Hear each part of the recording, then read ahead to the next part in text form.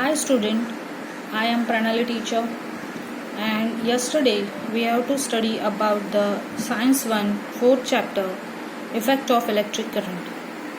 In that lesson yesterday we have to see about the function, construction, uses, principle and definition of electric motor and also about the Fleming's left hand rule.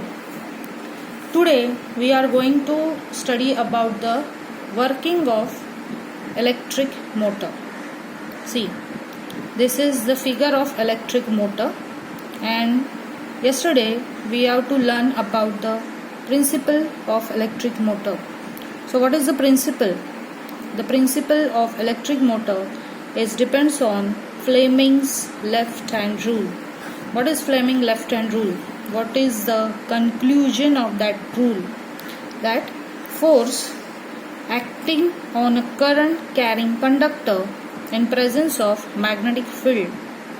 Force acting on current carrying conductor in presence of magnetic field. That is the conclusion of Fleming's left hand rule. And this whole device is functioning on this Fleming's left hand rule. So today we are going to learn about the working of electric motor. So what is the working of electric motor? Look at in the diagram. There is a circuit. See, this circuit is completed with cell and key. So whenever you press the key, the current is flowing from this two carbon brushes E and F to this rectangular loop ABCD like this. So ABCD is a rectangular loop, is nothing but the armature coil. Yesterday we have to see about the construction also of electric motor, that is component which are included in that electric motor. The components are armature coil, strong magnet, split rings, then carbon brushes E and F and axle and a circuit. So whenever you press the key, the current is flowing from in this way from carbon brushes E to a rectangular loop ABCD to carbon brushes F like this. So whenever current is passing through this rectangular loop, according to the Fleming's left hand rule, the force is exerted on branch AB and branch CD. So first point you have to write here, when current flow in a branch AB from A to B through carbon brushes E and F. Look at in the diagram. See, these are two carbon brushes E and F and the current is flowing from this carbon brushes E and F. So according to the Fleming's left hand rule, force exerted on branch AB on downward and branch CD in upward direction. So in the diagram we have to see these two arrows. These two arrows show the direction of a current. So the current is flowing from in this way, from carbon brushes E to A, B, C, D to F like this. So this two arrow shows the flows of current.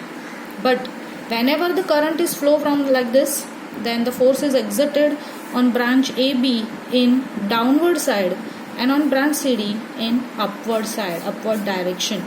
And this whole loop ABCD is start rotating, start vibrating because of the applying force in anti-clockwise direction. Then the next part is after a half rotation, two halves of a split ring. See here, two halves, that is X and Y, two halves, that is two parts of a split rings comes in a contact with the carbon brushes F and E in opposite direction. F and E. In first part we have to see E and F, and now in second part after a half rotation it is in contact with F and E, and now the current is flowing in opposite direction, that is DCBA direction. So in first rotation the current is flowing from like this E, carbon brushes E to A, B, C, D to F, and after half rotation the current is flowing from F to DCBA 2e. So after half rotation